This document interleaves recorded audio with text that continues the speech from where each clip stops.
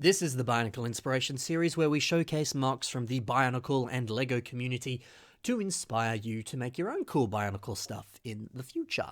And today, in this episode of the Bionicle Inspiration series, we're going to be talking all about body types and body structure, all that sort of stuff.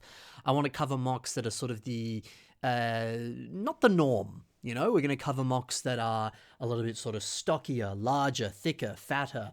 Also some mocks that are a little bit more muscular, a little bit more buff. Some skinnier ones, as well as focus on a more feminine style of building a body shape. Really, that's just what today's episode's about, is just different approaches to building your kind of typical main humanoid body frame. We're going to look at the different styles and different approaches to that are a little bit more, I guess, different from the norm. And of course, the human body comes in all different shapes and sizes, and so that's what we're going to examine today. All the different shapes and sizes that it comes in. Maybe not every single one, but a whole bunch of different ways that you could look at it. So, today, let's start with a mock by Eclipse Caller, and it is his mock known as Ruah. So I'm going to showcase a few different images of Ruah where he's gone through multiple different updates and changes, where his mask has changed, a whole bunch of different designs have changed and things, but for the most part, sort of very similar elements are shown throughout. So one, it's just a cool way of seeing how this mock has progressed, and two, we will try our best to focus on the more modern versions of it. But this, of course, is an example of a more sort of stockier, thicker, fatter build for a Bionicle. So, of course, we look at the belly on this mock. It is using one of the older canister pieces. I believe this is the canister piece from the Toa Metru, I want to say. Correct me on that if I'm wrong. I think that's correct. But regardless, there's a whole bunch of different canister lid pieces you could use for a very similar approach to a sort of stockier, huskier build on a Bionicle mock. So I think this is a good way of approaching it here. Let's take a look at some of the other elements on this mock too that help to feed into the belly on this mock. We take a look at the sort of shoulders and the rest of the chest of this mock here.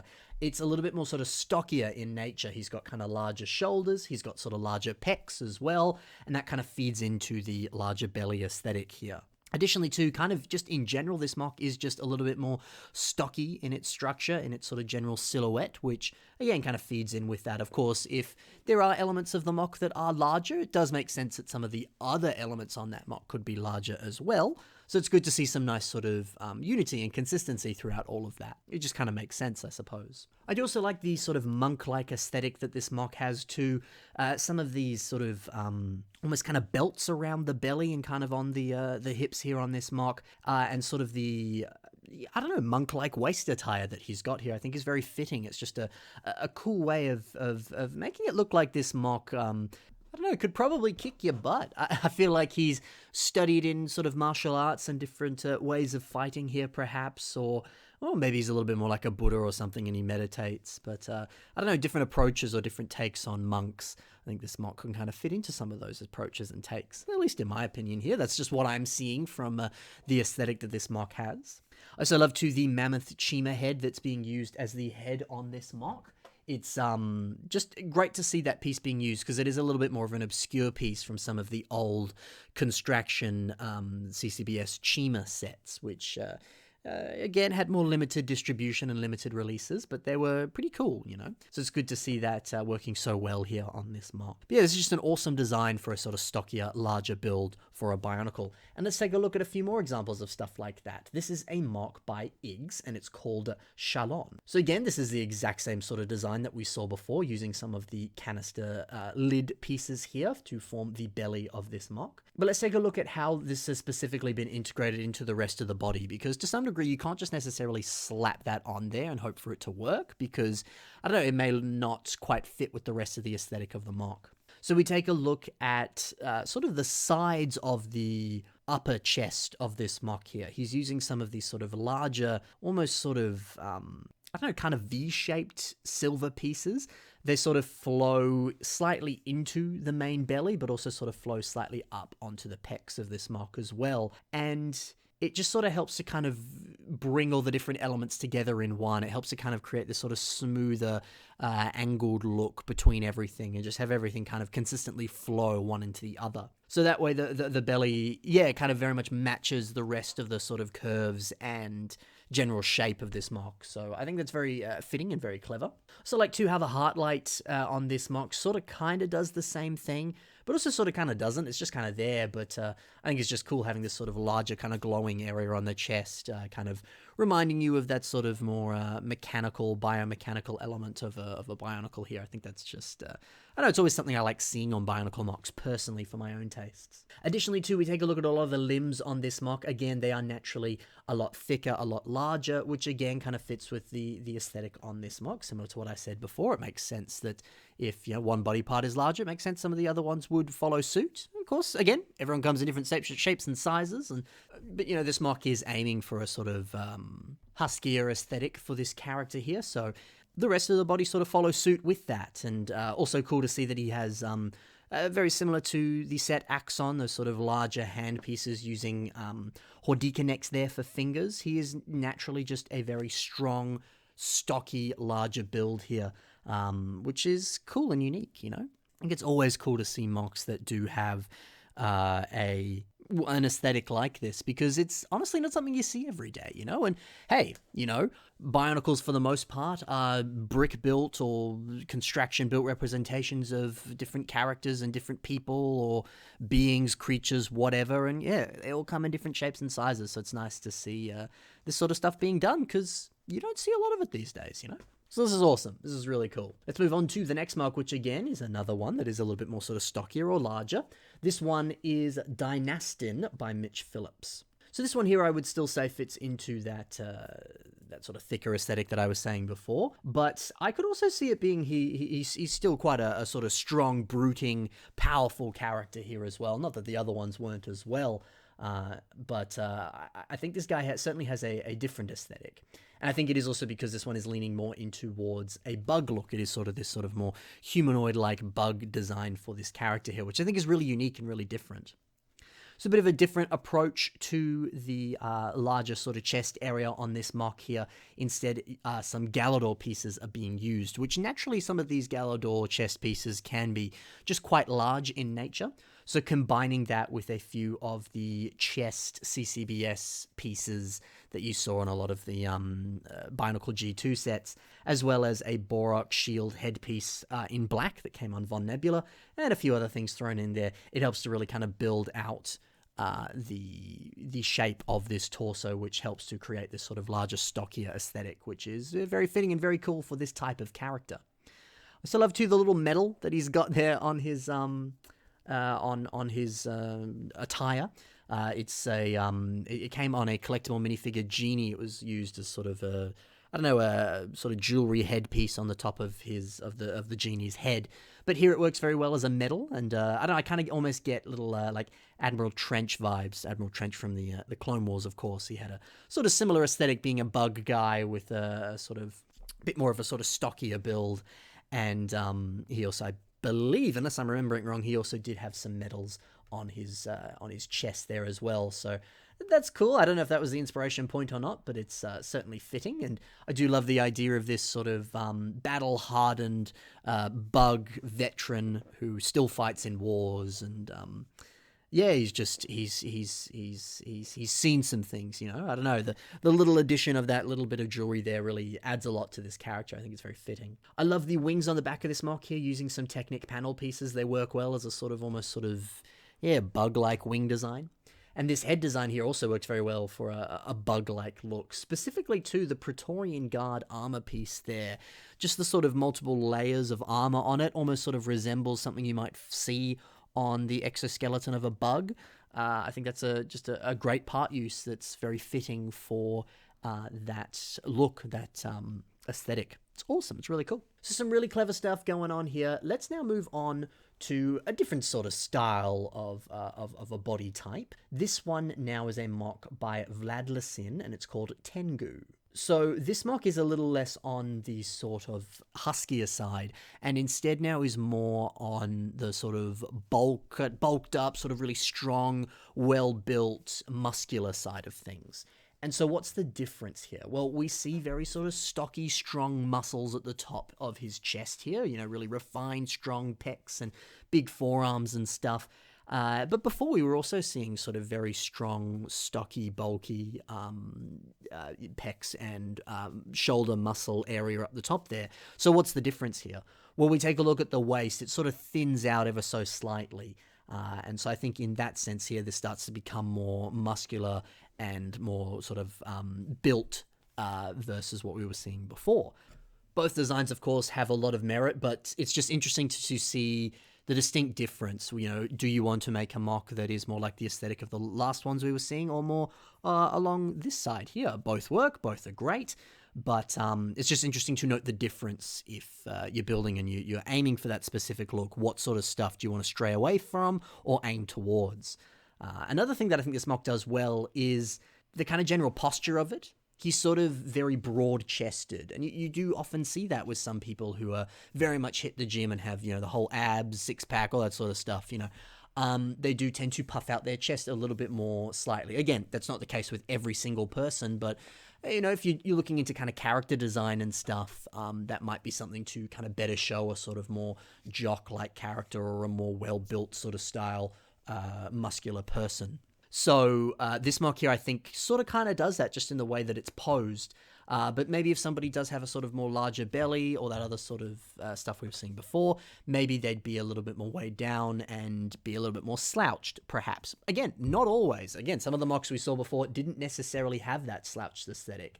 But that might be another way of focusing in on it. How would a person with a little bit more muscle, or how would a person with a little bit more fat on their body naturally carry or hold themselves? What sort of body parts do they lead with? What sort of body parts are more tight or restricted? And how is that shown in your character design on your Bionicle mocks?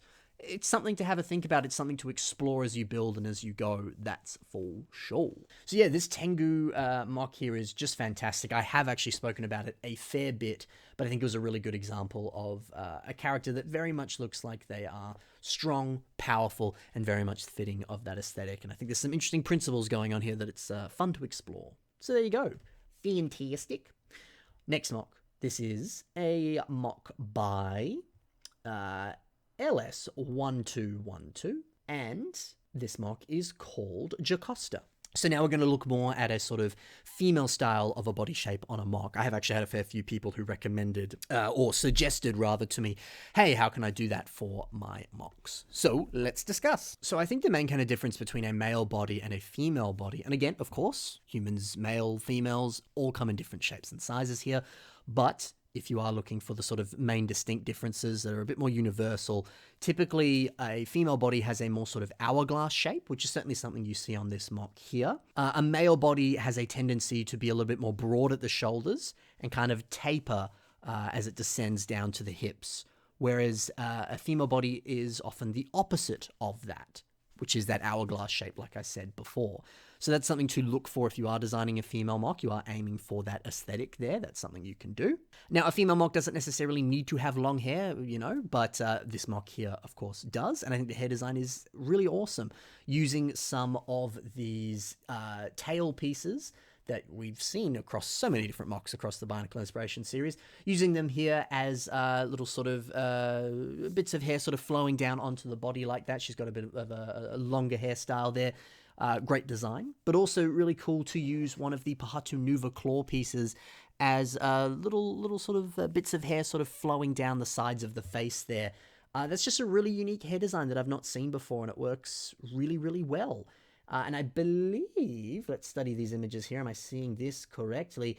It is indeed, there is an Avoki, a mask of light in silver, also being used as the hair there, which does also sort of look like little strands of hair, depending on the angle you look at it. And then all these different sword pieces here as more hair kind of flowing down. A lot of really, really clever part usages here to illustrate a hair design. That's awesome. Really well done. Really cool hair design there, which, again, you could easily do that exact same hair design for a male mock. I know a lot of guys with long hair too, So this sort of hair design could be used across a whole bunch of different things. Of course, this mock does have a bust as well, which is also something to consider with a female mock here. And of course, we can see the Nuva shoulders being used here for that, which is a surprisingly common technique as well, which, multiple different ways of approaching that sort of thing, but I'll leave that up to you. Additionally, too, when we take a look back at the waist design on this mock, the hourglass shape that I was referring to before, a lot of that is achieved through a variety of different system pieces here to create this very much organic flow from the upper torso down into the waist and then into the legs, which I think is very well done. Really cool to see some system pieces being used in that way.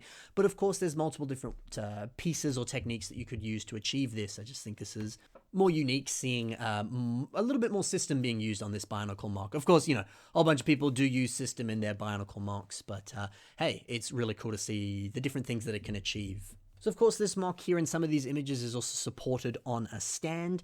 I'm unsure whether or not this mock can sort of support its own weight, but hey, I don't think there's anything wrong with doing that if you want to just sort of study things, play around with some techniques, learn some new stuff. Maybe you've come up with this cool mock, but it doesn't support itself, but you've learnt so much from it. Nothing wrong, no shame in building a stand to support it so that it can hold itself up. I think you achieve some pretty cool results, like you can see here. So, hey, no shame in building a stand to support your mock if you need it. I mean, we spoke about stands in the last episode. They can be pretty cool. So that is this awesome mock Jocasta here. Very well done. Let's move on to the last mock in this episode, which is Eshu by Buttloaf Builds. So I think this mock is fantastic, and this one is more representing a sort of slimmer, skinnier build. Of course, this one is definitely very, very slim and very skinny, using some flex tube pieces here for the different limbs on the body here. I will touch upon a few... I will touch upon what this mock is doing and some of the general kind of techniques you could focus on if you want to build a very slim, thin, or lanky sort of style of a mock. But of course, this is a bit more on the extreme side of it. But there's nothing wrong with building just, I don't know, even just a simple kind of a Nika build, which, depending on the pieces you use, could still be a very slim or skinny build. So again, there's multiple ways of approaching a thin or skinny build, but I think this mock, very similar to some of the other things we saw today, does very much encompass a lot of those principles. So let's discuss, let's have a chitty chat. So, like I said, the limbs, using a whole bunch of flex tube pieces here. I don't know how much this mock can support itself. I'm sure there's a bit of editing trickery going on here, but a very creative design to use flex tube in this manner. And of course, there is the age-old illegal trick of feeding in some wire into those flex tubes so you can really pose them. That's a little tip that you can do. Not something you have to do, of course, but hey, if you want the flex tube to really bend to your will, that's a good way to do it. I also like the fact that you could very much achieve this look with other different pieces, whether it's sort of different tail elements, whether they're the smaller tail elements, the larger ones, or the even larger ones. You could use a whole bunch of system cylinder pieces, or even a few of the sort of more slimmed down tubing or other sort of cylinder style Bionicle elements as well. There's a whole bunch of different stuff you could use to get a very similar look to this. But certainly I think the flex tube is about the skinniest and thinnest you can go. So there you go, that works well. I also love too that it can be a little bit more difficult or hard to decorate that sort of thing.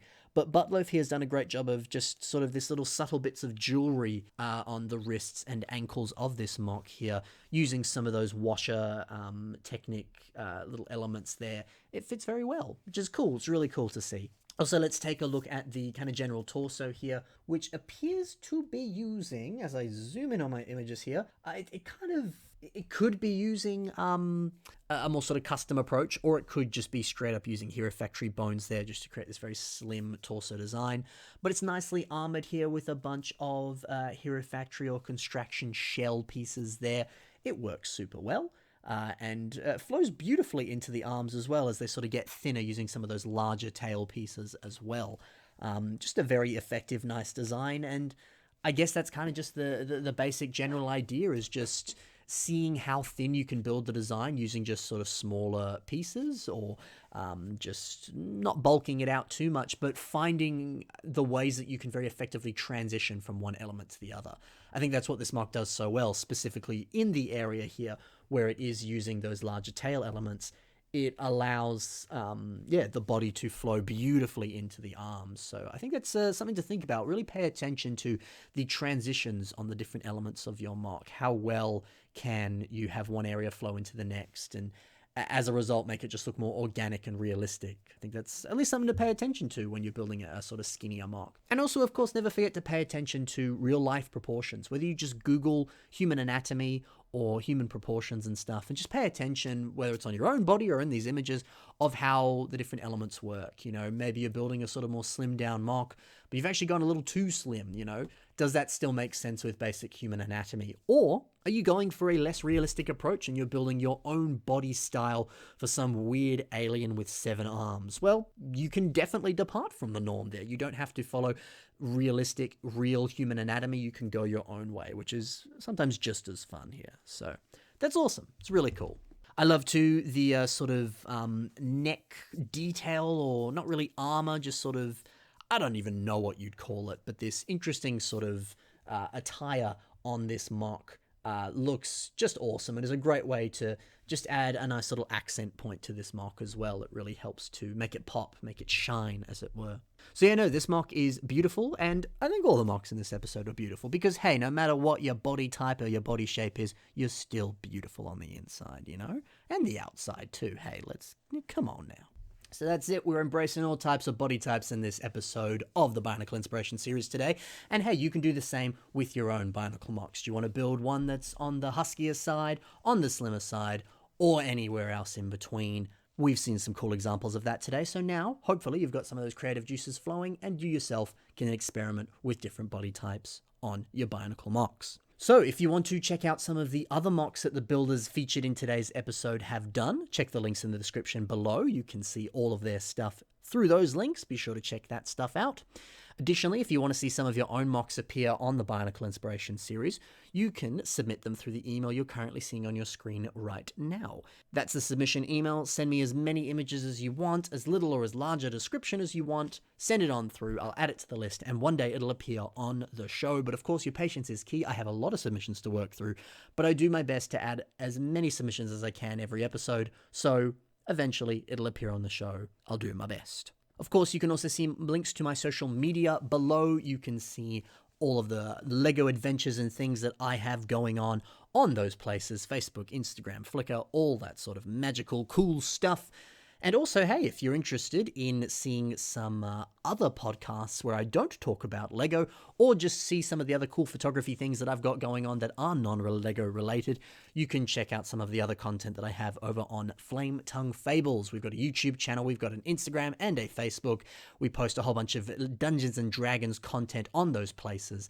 And there is a whole bunch of different D&D related podcasts on the YouTube channel as well. So if you want to see me, you can actually see my face in those videos too. If you want to see me and my buddy, my real life buddy Nick, talking about Dungeons and Dragons and a few other things in between, as well as a little bit of LEGO thrown in there, here and there, that's the place to go. So be sure to check that out. It's good fun. All right, thank you very much for watching this episode, guys. I do hope you enjoyed. Thank you so much for listening. Bye for now. Happy building. I'll see you in the next episode. Bye, guys.